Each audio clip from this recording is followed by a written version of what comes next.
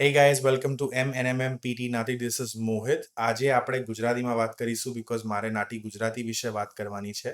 મારી સાથે અહીંયા ધૈર્ય બેઠા છે. એમને રિસેન્ટલી એમની એક્ઝામ આપી હતી. આઈ થિંક 3 વીક્સ જેવું લાગ્યું હશે અપ્રોક્સિમેટલી રિઝલ્ટ આવતા. અને આજે જ એમનું રિઝલ્ટ આવ્યું છે. બહુ જ સારા માર્ક્સથી પાસ થયા છે. 70 એમના માર્ક્સ આવ્યા છે નાટી ગુજરાતીમાં. અને જ્યારે નાટી ગુજરાતીમાં કોઈ સ્ટુડન્ટ 70 માર્ક્સ લાવે એટલે એમની વાતો સાંભળવા જેવી હોય, કારણ કે એમને એમ બેઠા બેઠા 70 નથી આવતા. બહુ મહેનત કરવી પડે આ એક્ઝામને પાસ કરવા માટે ફર્સ્ટ અટેમ્પ્ટમાં પૈસા અને સમયનો બગાડ કર્યા વગર. એટલે હું તો એવું કહીશ કે આ જે પણ ધૈર્ય આજે બોલશે એમને ધ્યાનથી સાંભળો, લખવું હોય તો, અને સમજો કે શું કહે છે. બીકોઝ જો તમારે નાટી આપવાની છે તો તમારા માટે અગત્યની વસ્તુ છે. સો ધૈર્ય, મેની કોંગ્રેચ્યુલેશન્સ. તમે મને કહો કે તમારી જર્ની કેવી હતી નાટી ગુજરાતીની મારી સાથે, શું થયું, સ્ટાર્ટ કેવું થયું, અને તમને શું લાગે છે કે આ વસ્તુઓએ મારી હેલ્પ કરી આ એક્ઝામને ક્લિયર કરવામાં ફર્સ્ટ અટેમ્પ્ટમાં? પહેલા તો થેન્ક યુ સો મચ કે તમે મને થ્રુ આઉટ બહુ જ સરસ ગાઈડ કર્યો છે. જ્યાં જે જરૂર પડી છે ત્યાં તમે એક જગ્યાએ મને સપોર્ટ, ઘણી જગ્યાએ હું પ્રેક્ટિસ મારી છૂટી જતી હતી એ બધું, ત્યારે પણ તમે મને ઇનફ પુશ કર્યો હતો.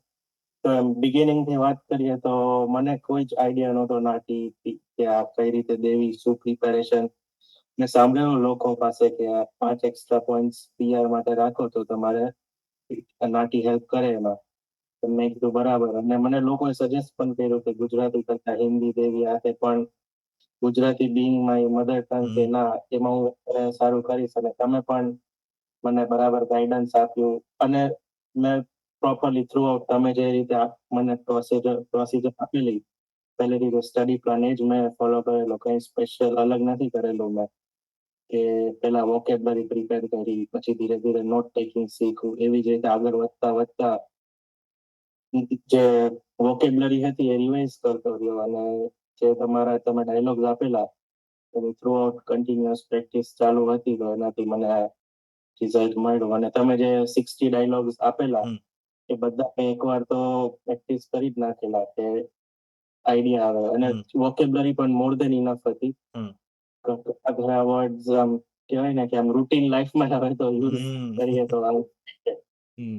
કોઈ ના યુઝ કરે, ક્યાં આપણે ગુજરાતી બોલીએ છીએ, બધું બહુ મિક્સ કરીએ છીએ ને. English, I think majority English છે, વચ્ચે વચ્ચે ગુજરાતી વર્ડ્સ આપણે બોલીએ છીએ. લાઈક ના ના, મેજોરિટી, સાચી વાત. The way I just said, majority English છે, right? So it is like that, because આપણું હવે ફંક્શનિંગ એવું થઈ ગયું છે કે શુદ્ધ ગુજરાતી આપણે બોલતા નથી, વિચ ઇઝ ફેર એનફ. પણ આ એક્ઝામમાં ના ચાલે એવું. એટલે એ છે. પ્લસ બીજી વસ્તુ મારે જે પૂછવી હતી કે તમે ફીડબેક જબરજસ્ત લેતા હતા ધૈર્ય, મતલબ જબરજસ્ત, બરાબર, ટેલિગ્રામ પર. તો તમને એવું લાગે છે કે ફીડબેક લેવું ઇમ્પોર્ટન્ટ હતું આ એક્ઝામમાં?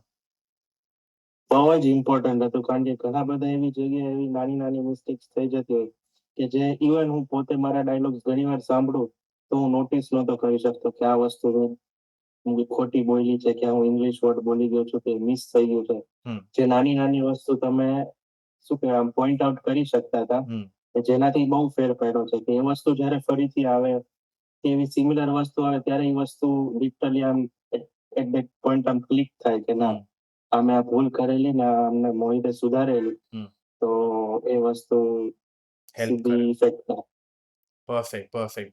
અને એક લાસ્ટ ક્વેશ્ચન મારી પાસે તમારા માટે છે કે મનમોહિત અને હું, અમે બંને અમારા પીટીના જર્નીમાં બી અને નાટીમાં બી, તમને ખબર જ છે, તમારી સામે પણ કીધું છે મેં, અમે બહુ પ્રાઉડલી કહીએ છીએ કે અમે 7 દિવસ વીકના ફીડબેક આપીએ છીએ, અને એ બી પર્સનલ, વન ઓન વન.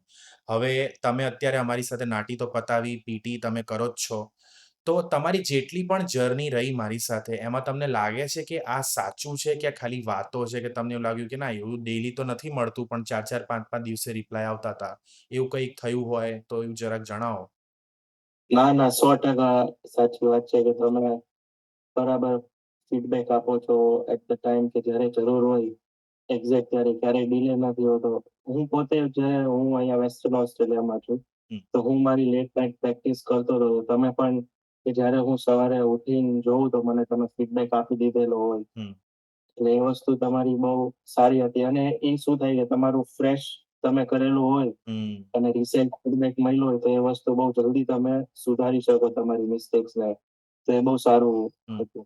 અને પર્થના અને એડિલેડના ટાઈમમાં ફરક છે, 2.5 કલાકનો ફરક થઈ જાય, એટલે એનો પણ આમ હા, અસર આવે, પણ છતાંય તમને રોજનું રોજ ફીડબેક મળે તો દેટ ઇઝ ઇમ્પોર્ટન્ટ, રાઈટ? ચોક્કસ. સ્પેશિયલી હમ. બીજા સ્ટુડન્ટ્સ જે ઓવરસીઝ હોય, અમુક ઇન્ડિયામાં હોય, તો ત્યાં તો 5-5 કલાકનો ટાઈમ ડિફરન્સ થઈ જાય અમારી સાથે, but still we make sure કે એમને ડેલી ફીડબેક તો મળવું જ જોઈએ, એમનો હક છે. અને એટ ધ એન્ડ, ધૈર્ય, તમારે કોઈ મેસેજ આપવો હોય, સ્પેશિયલી આપણા જે ગુજરાતી સ્ટુડન્ટ્સ છે ને એમના માટે, કે તમારા મુજબ શું એ લોકોને ધ્યાનમાં લેવું જોઈએ કે ભાઈ આવું ના, આવી ભૂલ કરતા, અને મેં આવું કર્યું તો તમે આવું કરો તો તમારું શ્યોર શોટ ક્લિયર થશે, કંઈ કહેવું હોય તમારે એમને? ગાઈડન્સમાં તો મોહિત આપે છે, એમાં કઈ કહેવા જેવું નથી. તો બહુ સારું ગાઈડન્સ છે. એ જે સિસ્ટમ, જે સ્ટડી પ્લાન આપે છે ફોલો કરો, એ જ બહુ સારું રહેશે. અને કોઈ પ્રકારનો સ્ટ્રેસ, ટેન્શન એવું કઈ ના રહેશે. એમનો સ્ટડી પ્લાન ફોલો કરશો તો બહુ ઇઝીલી એક્ઝામ નીકળી જશે, કોઈ પણ વાંધો નહીં આવે. Perfect. Thank you so much for being honest, Dhairya. I really appreciate that. હું મારા બધા જ ગુજરાતી સ્ટુડન્ટ્સને એક જ વસ્તુ કહીશ કે આમાં ઓવર કોન્ફિડન્સની કોઈ જગ્યા નથી આ પરીક્ષામાં. એવું કોઈ દિવસ ના વિચારતા ગુજરાતી જ છે ને હવે અમારે ગુજરાતી શીખવાની કોઈની પાસે. આ ગુજરાતી નથી, આ નાટી ગુજરાતી છે. તમે 5 મિનિટ પોતાની જાતને રેકોર્ડ કરો ઘરે અને સાંભળો પોતાની રેકોર્ડિંગ કે કેટલું ગુજરાતી બોલો છો. તમને રિયલાઇઝ થશે કે તમે ગુજરાતી ઓછું બોલો છો અને તમે ઇંગ્લિશ વધારે બોલો છો. અને એનું રીઝન જ આ છે કે તમારે બહુ જ ગાઈડન્સની જરૂર છે.